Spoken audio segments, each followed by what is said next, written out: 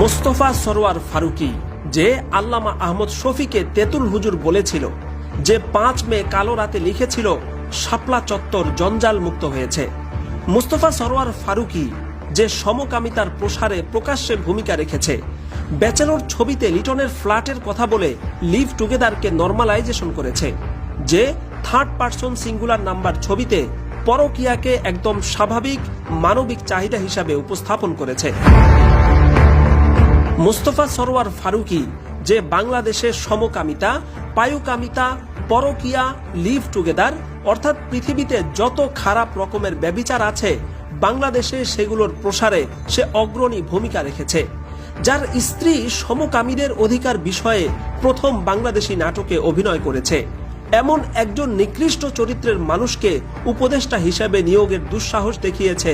অন্তর্বর্তী সরকার। এমনকি ফারুক